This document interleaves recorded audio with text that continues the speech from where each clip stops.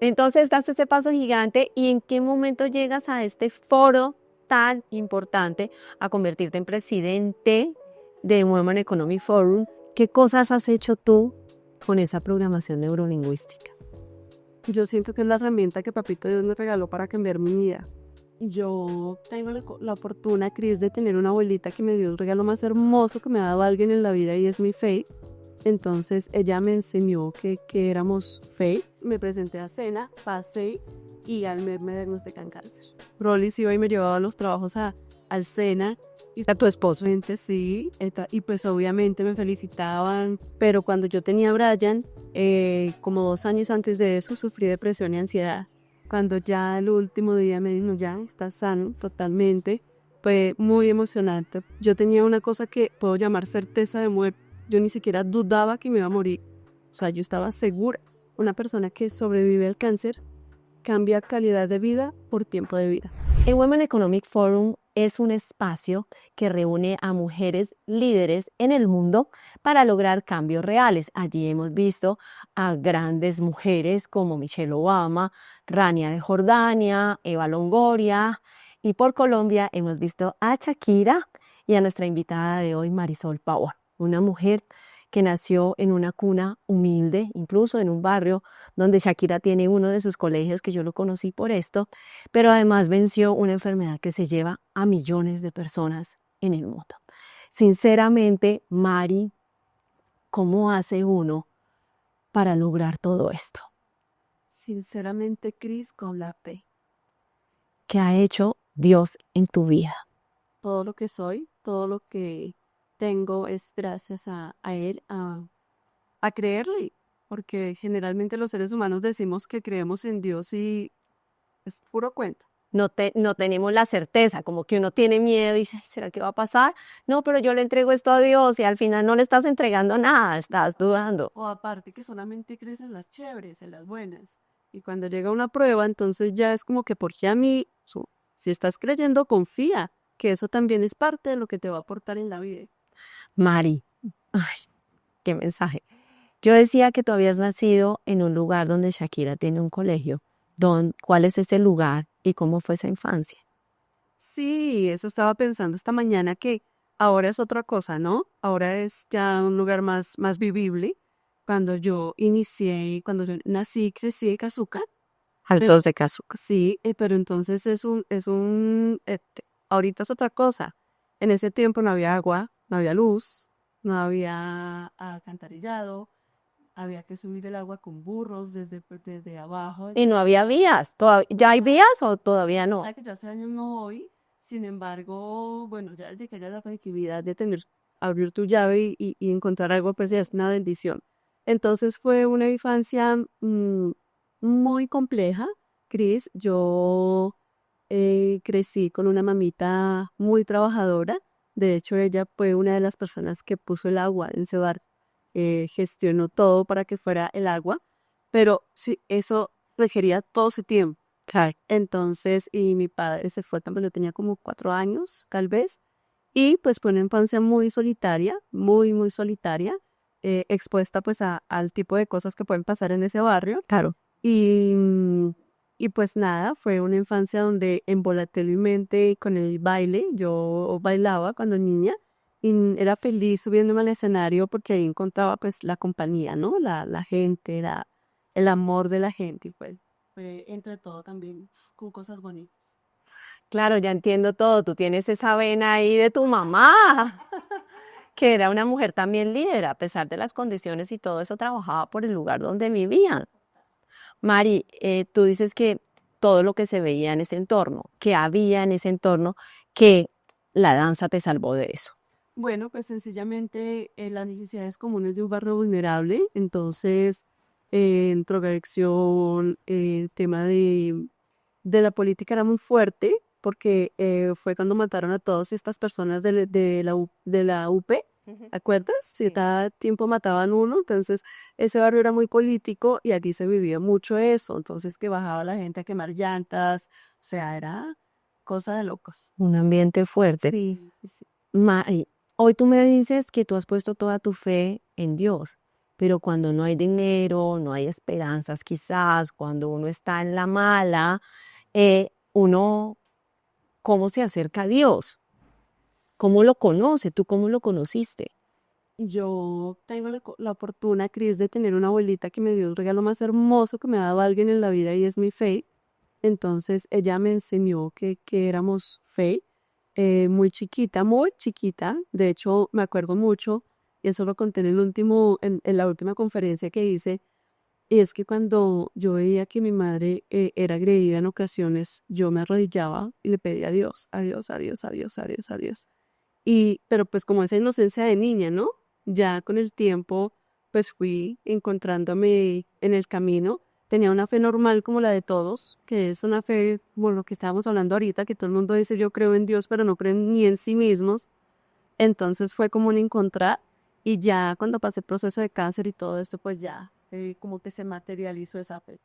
Claro, Mari, eh, tú teniendo este modelo de mujer que finalmente tus ojos estaban puestos en una mujer que luchaba, que era líder, que salía adelante, eh, ¿cuál es el primer gran paso que das, Mari? Porque uno va creciendo, listo, pasa la infancia, llega la juventud y la adolescencia.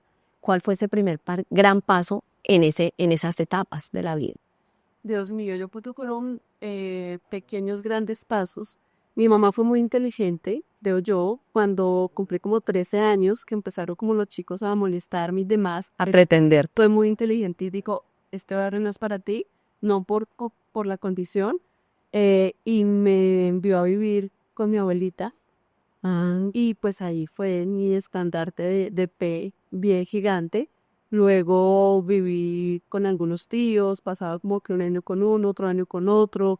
Y, y fue como ese reafirmarme y entre todo, Cris, hoy volteo a ver y veo que eso es lo que formó la mujer que soy hoy, que desde pequeñita aprendí que era una con Dios, que contaba con Él y que estaba bien.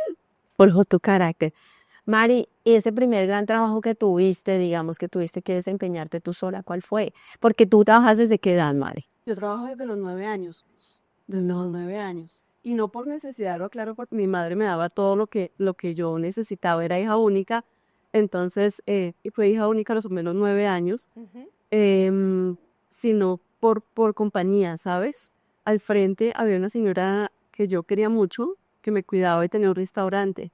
Entonces yo me iba para allá y le ayudaba como mesera y ella me pagaba y yo era la más feliz, la más millonaria con ese dinero y pues trabajaba ahí desde los 9 años. Claro, y te sentías acompañada porque tú estabas absolutamente sola en ese momento, tu mamá trabajando y tú solita. Sí, entonces fue como esa búsqueda de compañía y de ahí en adelante siempre fui muy trabajadora, ¿sabes? Que siento que eso es muy, muy de mi mamá, de agradecérselo a ella, porque yo no sé cuántos negocios tuve en la vida.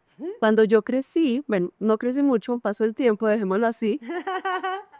El tema es que yo estaba segura que todo lo que me había pasado a mí de niño iba a pasar a mí y no lo quería soltar. Entonces, jardín, prejardín, todo eso, en mi caso, yo le enseñé a leer, a escribir, a sumar, a todo con tal de no soltar, porque tenía todos los traumas que tú te puedas imaginar en el mundo, todos los miedos y todos los traumas. Entonces yo lo pidé y yo era muy trabajadora en lo que saliera, vendía hasta hueco, todo lo que lo manifestaba de esa forma por no soltarlo a él. Entonces fue bien complejo. Claro, pero tu hijo también es una persona especial que siguió ese camino tuyo que ya vamos a hablar de.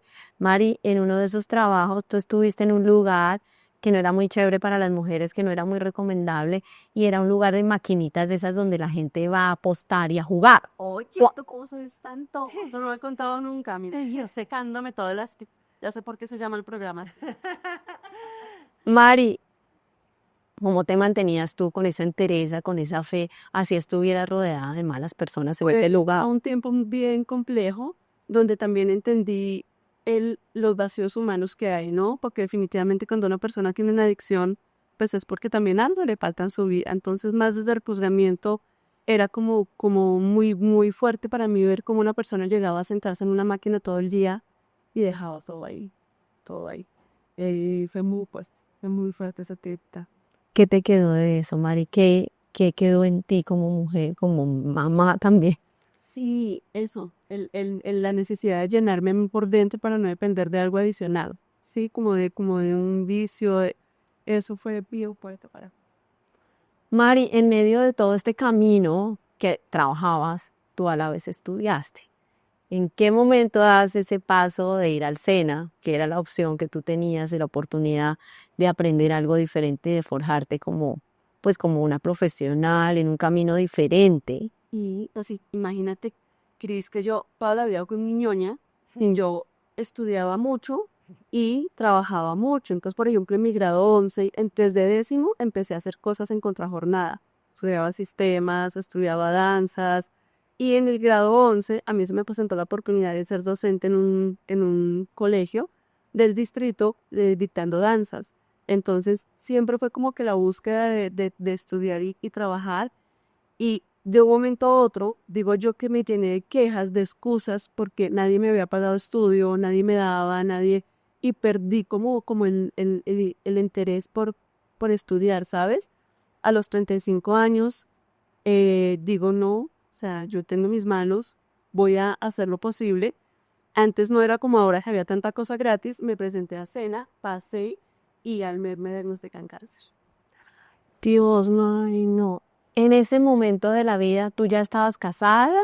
Sí, sí, sí. ¿Cuánto llevabas Yo de llevaba casado? como unos 10 años con mi esposo. Y Aparte, tenías tu nene ya, ya tenía mi hijo grande, tenía uno. uno, y, y tenía uno y de pequeña tenía 1 año. Pero cuando yo tenía a Brian, como 2 años antes de eso, sufrí depresión y ansiedad. Entonces también fue bien complejo porque mi esposo tenía que salir conmigo a las 2 de la mañana porque me iba a morir en ese momento y llegaba al médico y no tenía nada. Y era así día tras día, tras día, tras día, hasta que, bueno, pues esos temas emocionales que no traté, se vuelven un cáncer. Claro, siempre el cuerpo se manifiesta todo lo que uno lleva por dentro. Ay, Dios mío, por eso es tan importante sanar, porque al final todo eso termina manifestándose Sí, en el luchas cuerpo. conscientemente, inconscientemente por algún lado se refiere. Eso sí me quedó clarísimo. Mari, pero tú has tenido un compañero de vida espectacular y has sido un hombre que de verdad ha estado en las buenas y en las malas, en las regulares, en las felices, en las tristes, en las difíciles, en todas. Sí. Mari, ese hombre eh, con el que tampoco está, ¿cuánto llevan de casados? Poco, ¿no? Y vamos a cumplir 28, Juntos. pero juntos, ¿Casados cuánto? 4 años. Bueno, ese hombre se enamoró de ti y dijo, vámonos a vivir juntos, no importa cómo estemos. ¿Cuáles eran las condiciones de ese primer comienzo? Dios mío, muy fuertes, muy, muy fuertes. Pues te cuento, yo no trabajaba, o trabajaba en cosas por ahí del rebusque, pues, porque no tenía un trabajo estable. Él era mensajero, teníamos una cuchara, un plato, un pocillo, y nos turnábamos para comer, imagina. Entonces, ese tampoco lo he contado nunca, Cris, fue muy fuerte. Fue el confiar, el sentir el amor de verdad, el amor que llega y que todo lo supera. Yo no quería tener hijos al principio por estar segura, yo preciso mi papá, entonces yo dije, hasta que yo no sepa que este es el hombre de mi vida, yo no tengo hijos. Vivimos 5 años juntos y a los 5 años fue que decidimos encargar el bebé cuando ya, pues obviamente yo estaba segura. Fue bien complejo también por las personalidades, ¿no? Porque él era un hombre sin tratar y yo era una mujer sin tratar, o sea, éramos seres humanos cotidianos, entonces hemos pasado muchos momentos. No estoy. Mari, a pesar de esas condiciones difíciles en que a veces hay, otras veces no hay, él estaba ahí, a tu lado. Luego llega la enfermedad, bueno, llega el hijo primero, que también uno dice que lindo un bebé, pero manténlo. Sí, la responsabilidad. Claro, la responsabilidad. Y él ahí firme, a pesar de que era un trabajo que no daba todo el dinero que uno necesitaba para la situación, él estaba ahí, trabajaba firme. Y quiero destacarlo a él aquí, Mari, porque muchas veces uno necesita, o yo creo que siempre uno necesita una mano amiga, que te empuje, que te diga, no tenemos nada, no importa, pero aquí estoy contigo. Y eso fue muy valioso en esta historia, Mari, porque cuando te da la enfermedad, ese trabajo que era lo que ustedes tenían, pues ese trabajo se va porque él no puede seguir. Él se dedica a cuidarte. Y creo que ahí es donde tú empiezas a ver esa realidad que tú la sabías de Dios, que Dios existía, que tenías tu fe, pero ver que hace milagros y que bendice y que prospera en medio de la necesidad, pucha, es muy valioso. Fue muy fuerte, Cris, porque tuve un mes de negación normal, o sea, que le digan a uno cáncer, pues ya. Yo tenía una cosa que puedo llamar certeza de muerte. Yo ni siquiera dudaba que me iba a morir. O sea, yo estaba segura que me iba a morir. Y empecé a buscar con quién dejar a mis hijos, porque por la relación que tenía con mi familia, pues no, Claro. no eran como la primera opción. Aparte de todo, el tema de mi parte, el rechazo, el rencor, todo lo que había que tratar, que más allá del que de verdad pasara, estaba en mi mente, el rencor, todo lo que tuve que tratar, y yo estaba segura hasta que fui a la primera cita de cancerológico y me dieron la noticia de ya vas a tener quimioterapia, radioterapias, vas a tener esto, muy probablemente vas a tener colostomía, en fin, todo lo que pasa que los médicos a veces son también, le ponen su parte. Y yo salí de ahí vuelta a nada. Eso es sin anestesia. Sí, y conocí una niña de 5 años que vi muy mal, tenía un ojito que se le iba a salir de su órbita y me fui a ayudarla y me la llevé en el taxi para mi casa, para, o sea, como que acercarla. Y la mamá empieza a contarme que la niña se iba a morir, o sea, estaba desahuciada, la habían operado, le habían hecho de todo. Llore y llore la señora y se la habían acabado de entregar para que ya muriera en su casa. Y la niña de un momento a otro que se voltea y le dice a su mamá, mami, ¿tú por qué lloras? ¿Tú no te das cuenta que yo estoy bien? Yo ahí sentí tanta vergüenza, pues, de mi queja, tanta vergüenza, que dije, no más. Ese día mandé a la señora para su casa, mi familia para su casa, me fui, yo tenía el cabello rubio hasta la cintura, me lo corté, me lo tinturé de mi color natural, me iba a quedar calva, supuestamente, y ese día le dije a mi esposo, los vamos a ir a hacer todo lo que no voy a poder hacer en este tiempo. Nos fuimos a bailar, nos quedamos juntos fuera de casa, o sea, todo lo que no íbamos a poder hacer en ese tiempo. Y ya, al otro día cambio de chip, Dios mío, si tú me diste esto, voy a confiar para qué es. Imagínate que, y empecé mi proceso, pero vivíamos prácticamente de la caridad humana, ¿ves? Porque ni él trabajaba ni yo trabajaba. Él se las tenía que pasar conmigo en quimioterapias, radioterapias, en cosas, cirugías. Tuve colostomía durante un año, de manera que fue bien complejo. ¿Y los niños? Los niños los cuidaban, yo vivía en una casa familiar, entonces como que mi mamá les echaba ojito y mi mamá muy amablemente contrató a alguien para que eh, Mira los niños. pagara, sí pagó para que cuidara a los niños, pero pues obviamente no contando más de traumas que tenía en mi cabeza, pues no, o sea, no era vida. Mari, para ese momento la depresión, ¿en qué punto estaba? Yo creo que superé la depresión y la ansiedad antes del cáncer, Menos mal. afortunadamente, y yo siento que el cáncer vino a despertarme, Kix. ¿Por qué, Mari? Porque cuando tuve ese primer mes de negación, todo el mundo se acerca a ti a decir, tú puedes, Tranquilo. saca, tú vas a poder. Y literalmente yo les decía, usted sabe que yo no voy a poder. Yo era la mujer más floja del mundo, Cris. O sea, a mí el periodo me mandaba a la cama. O sea, 3 días me quedaba acostada, no hacía nada, porque, o sea, yo era la más víctima. Tú, de verdad que ni otro yo me solo imagina a nadie. Nadie. Por eso yo siempre digo que si yo puedo cambiar, cualquiera puede. Entonces, cuando me decían eso, yo les decía, no soy hipócrita. Usted sabe que yo no voy a poder con esto, usted me conoce. Usted sabe que yo no voy a poder. Y cuando ya decidí creerle a Dios, ya era como que yo llegaba al cancerológico y me metía en las habitaciones de los pacientes a subirle el ánimo a ellos. Entonces estaba yo de 35 kilos, que llegué a pesar con Dios mío. cáncer, pero vestida de payasa, subiendo el ánimo a los pacientes, diciéndole a todos que todos podíamos, que todos íbamos a salir de esto. Y en eso embolaté mi mente y en mi estudio, obviamente, porque me concentré en mi estudio, porque el cáncer fue bien complejo. O sea, tú ibas a estudiar, seguías estudiando. Yo a veces iba a clase cuando podía, otras veces en mi casa, ellos hicieron una rifa para comprarme un computador, me sentaban 2 sillas, Cris, de manera que mi cola quedara cubierta porque no podía sentarme, o sea, no podía poner interiores. Eso es por el cáncer que tenías. ¿Qué cáncer es? De colon. De colon. De colon, entonces me irradiaron toda mi parte baja y claro, mi cola eran llagas. Y venía a pie y no podía ni siquiera ponerme interiores, o sea, nada. Y el intestino sucuraba, ya sucuraba. Pues me gustó hacer a sentarme en 2 sillas así, poner el computador y estudie. Rollis iba y me llevaba los trabajos al SENA. Y A tu esposo. sí, y pues obviamente me felicitaban porque era la que más cumplía, la que todo, y como que embolaté la mente de la enfermedad con el estudio, con mi bebé de 1 año, que imagínate, de 1 año, y con el tema social. Uy, Mari, qué lección de vida nos estás dando acá, de verdad. Uno a veces le duele una uña y se queja y no puede hacer nada y mira tú todo lo que hiciste en esas condiciones. Yo misma, yo creo que una de las etapas más productivas que he tenido en el cáncer. Mari, ¿en qué momento recibes o cómo recibes la buena noticia de que estás sana, de que todo lo que pensabas estaba solamente en tu mente y no en tu cuerpo que se estaba sanando?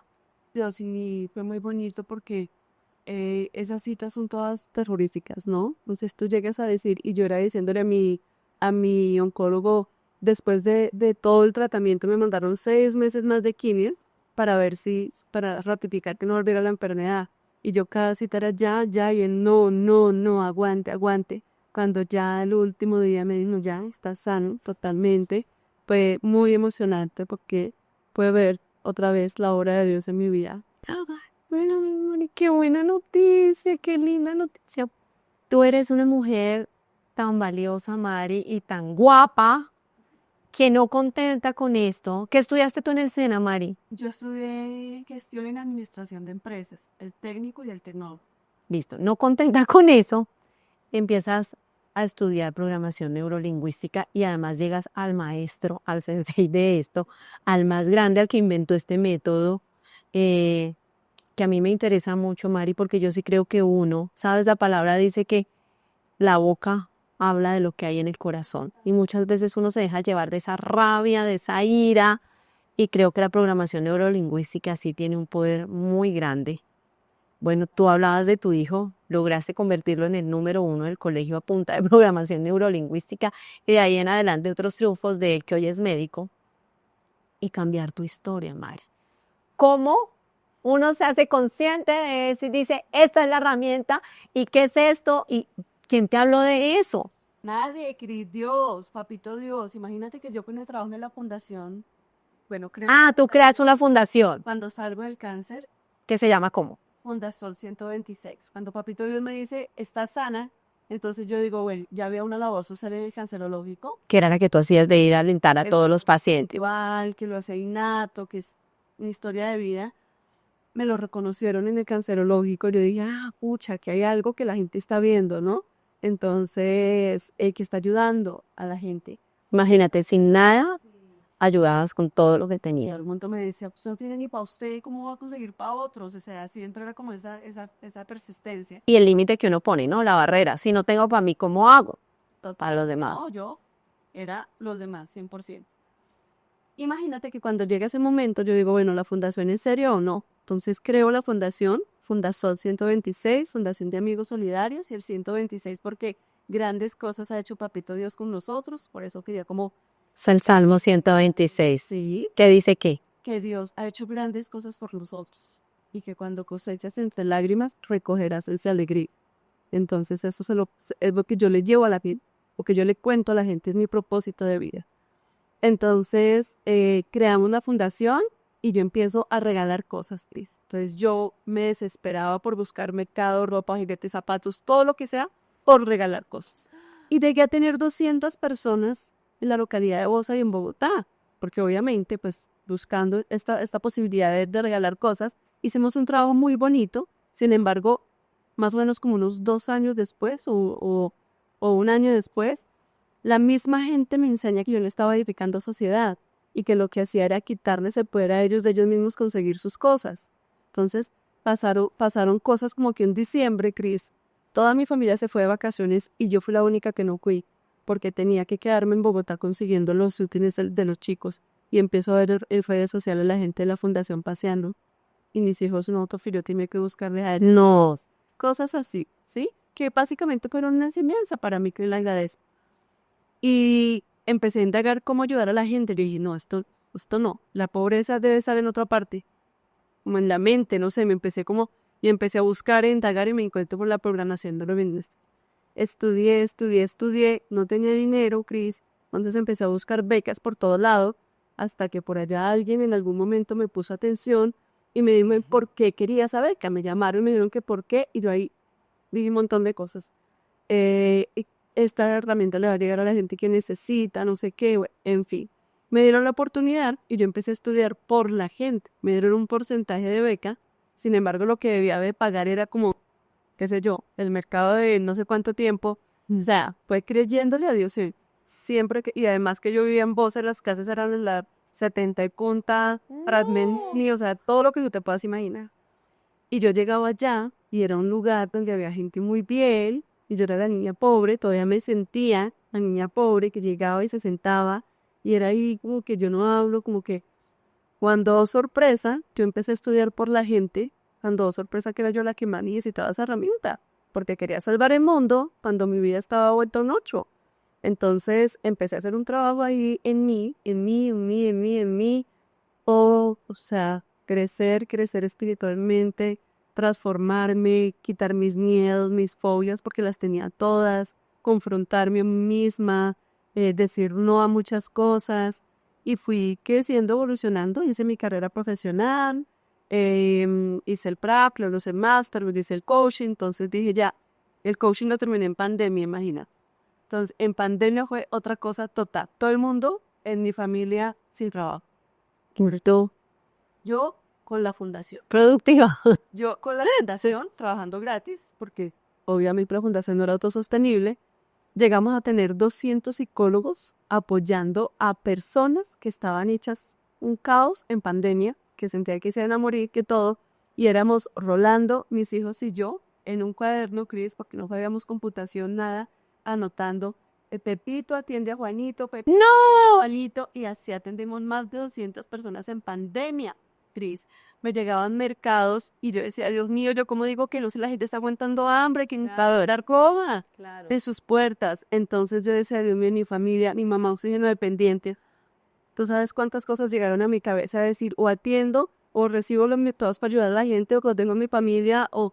Y lo que pasó fue que lo hicimos en familia y todo fue maravilloso. Y ahí empecé mi trabajo de transformación en serio y responsable.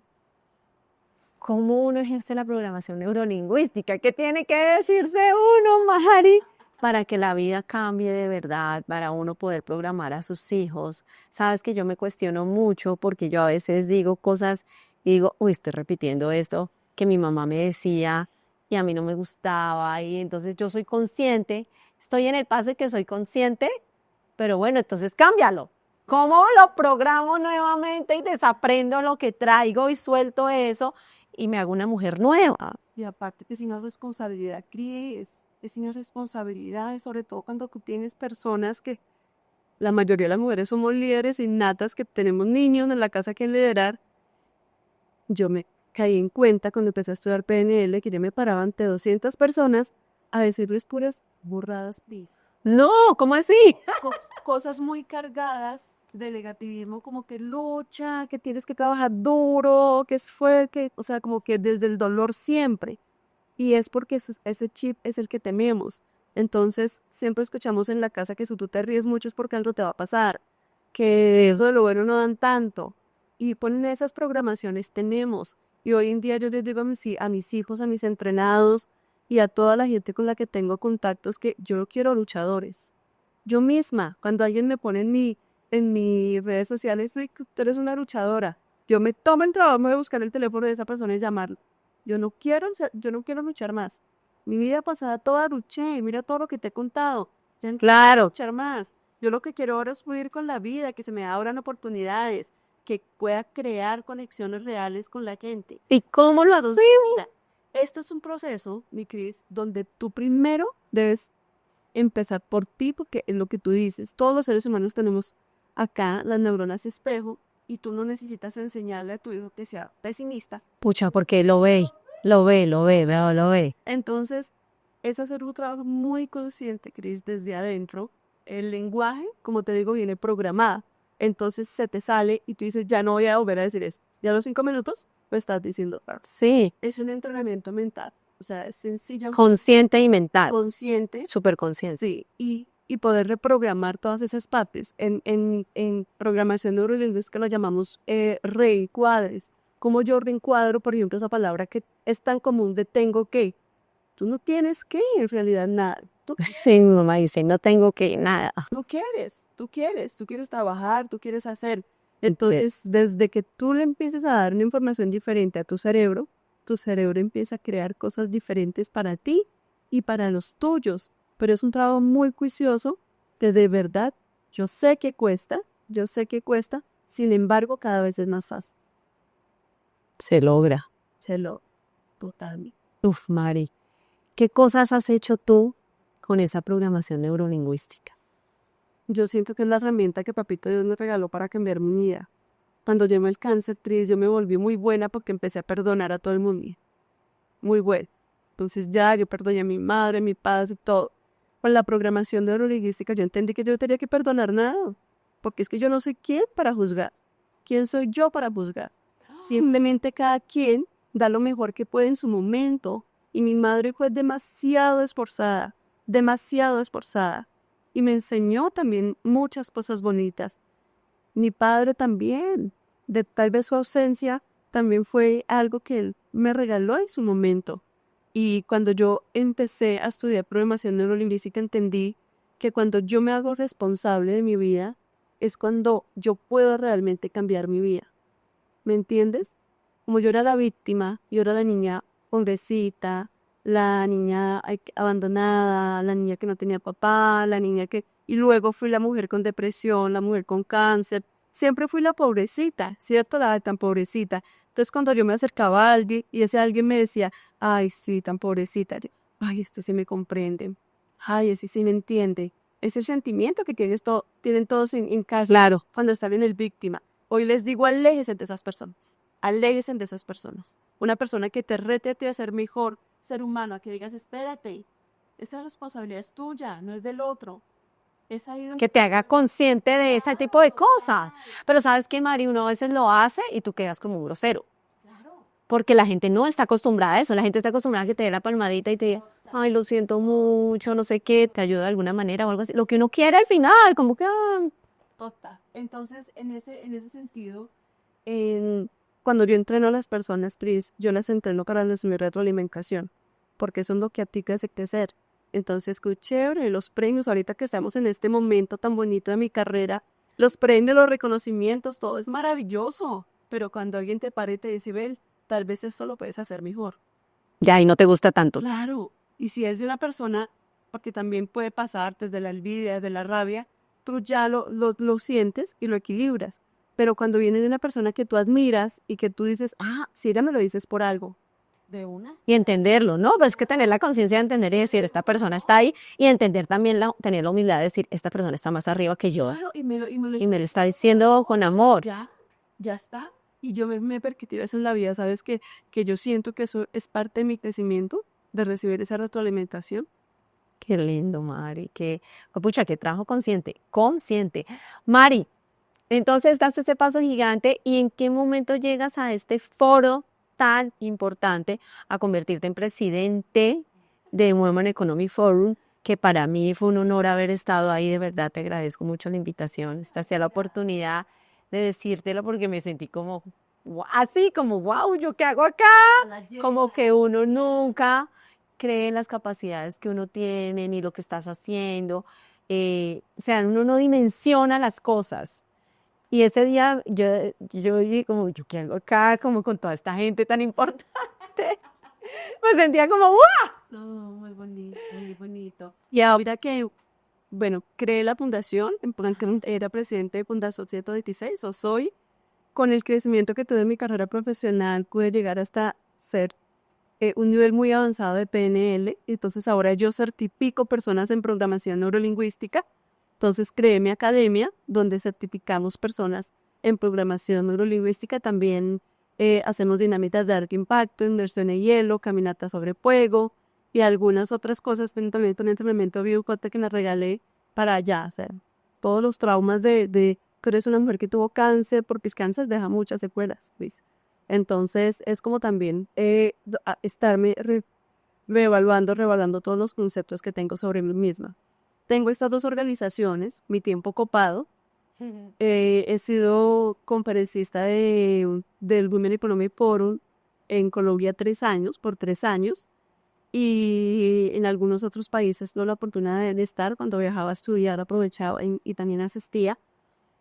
Y un día me llaman y me dicen, bueno, vamos a delegar 4 personas para dirigir el Women Economic Forum en Colombia. Y siempre pues estuvo mi nombre sobre la mesa para ser presidente. Y asumo este reto, bien, bien interesante. Y ha sido muy bonito, Cris. Ha sido como el ya decir, ok, esto es lo que has trabajado en ti. ¡Qué emoción! También fue, porque yo no lo tenía en mi mapa mental, Cris. O sea, yo nunca dije, yo quiero estar ahí, yo era conferencista ya. Y en fe, cuando me llega esta propuesta, yo me siento como siempre lo hago cuando me llega alguna oportunidad en la vida. Papito Dios, ¿qué quieres tú de mí? Porque es una cosa lo que yo quiero, ¿cierto? Y otra cosa lo que Él quiere de mí. Entonces, no importa la parte terrenal de donde vienen las cosas, siempre todo viene de Papito Dios. Entonces me senté y dije, Dios mío, yo no sé hacer esto, nunca lo he hecho, no sé, no tengo ni idea. Y, y no, decidí creerle. O sea, si tú me lo estás enviando es para algo, algún aprendizaje tengo yo para recibir de acá, o algo tengo yo para aportarle a la gente desde acá. Acepté y fue un reto bien interesante, Cris. Fue estirarme hasta lo más profundo de mi ser como profesional. Entonces, en febrero de 2026, Sí, que ya era el último mes porque el foro fue el marzo. de 2025, Yo trabajaba a 3 pantallas, a 3 pantallas. Entonces aquí mi equipo de la fundación, aquí mi equipo de la marca y aquí el equipo de web. Y todo, de verdad, retarme y ya, comprender qué es lo que Papito Dios ha hecho en mi vida. sí, es maravilloso. Dios, yo de verdad no veo la vida sin Dios, un solo día sin Dios. Mari, tú decías que el cáncer deja diferentes secuelas con las que tú has tenido que combatir y luchar, incluso siendo una maestra de PNG. Entonces, ¿cómo se sana el alma, Mari, cuando el cuerpo duele? Dios santo, es muy fuerte, Cris, es bien fuerte. Y tú de verdad que acá me estás haciendo contar cosas que no he contado nunca. Bueno, Cris, yo siempre digo que una persona que sobrevive al cáncer cambia calidad de vida por tiempo de vida. El destino nunca queda igual. No conozco la primera persona, si existe, que me cuenten que sea exactamente igual su cuerpo, las mismas habilidades, todo, físicamente, que antes del cáncer. Entonces, espiritualmente, esto, no, o sea, a mí me potencializó un montón. Físicamente, obviamente son temas químicos que llegan a tu cuerpo. Entonces, las radioterapias a mí me dejaron muchas cosas, las quimioterapias también. A mí me dio una trombosis venosa profunda durante el proceso. No. Yo tuve colostomía durante 1 año, Cris, tuve mi intestino por fuera durante 1 año y tenía una bolsita donde hacía mi deposición. Entonces, tengo menos colon que todo el mundo. En la trombosis me quedó un pie más grande que el otro, muy diferente. Entonces, para comprar zapatos es un cuento. Yo siempre molesto y digo que caminando rápido no se nota, pero siempre fue un camello cuando va a comprar. Pero sabes, eso lo sabe uno solo, uno es el que se atormenta. Yo sé que te veo los pies y no se ve nada. O sea, uno es el que se siente mal. No, y en la historia clínica, que siempre digo, en la historia clínica hay muchas cosas que están allá. ¿Sí? Yo, por ejemplo, usted es alguien algo que nadie sabe, tengo riesgo de fractura en varias partes de mi cuerpo, por ejemplo, o que tengo una osteoporosis bien elevada. Dice eso en mi historia clínica. Entonces se supone que yo debo tener una vida muy tranquila, y por eso se me decidí, Eso no pasa. por eso fue que yo me decidí a hacer el entrenamiento de dinámicas de alto impacto. porque yo necesitaba entender que Soledad estaba bien. Y vencer eso, vencer esos temores Para mí, o sea, no mostrarle el mundo, sino para ti. yo tengo la responsabilidad de entrenar personas. ¿Tú sabes cuál es esa responsabilidad? Entonces me acuerdo tanto que hay una que está de partir la tabla, por ejemplo, y es con toda la fuerza, tú debes partir una tabla que es así, y yo decía, se me va a quebrar la mano, tengo osteoporosis, o sea, lo que he escuchado, tengo nada. Estoy conmigo y con mi fe, con Dios, y hágale. También hay, o sea, cada dinámica era para mí un reto increíble, y eso fue decir, Dios mío, eso está en la historia clínica. Entonces, hay muchas cosas que siempre te digo que voy a dejar para cuando me decida escribir mi libro, porque hay muchas cosas detrás de. La gente siempre me dice, tú eres muy fuerte y es verdad, Cali, todo, y lo saben todo. No, pero la verdad es que sí, eres muy fuerte y muy berraca. Ahora me escribe mañana, Cris, berraquera, no sé qué. Pero la verdad es que sí, madre. Una que es bonito, es la palabra luchar, que como que, ¡ey! Ay, sí, que es una carga, que al final termina siendo una carga y uno dice, no, no, ya no quiero luchar más. Ya luché mucho. Sí. Mari, este 2026, ¿cuáles son los planes? Tú tienes una agenda llena todos los días, todo el día. ¿Cuáles son los planes para este 2026? Dios mío, te voy a contar los míos. Esperemos Los de Dios. Dios como son, sí, y que se alineen.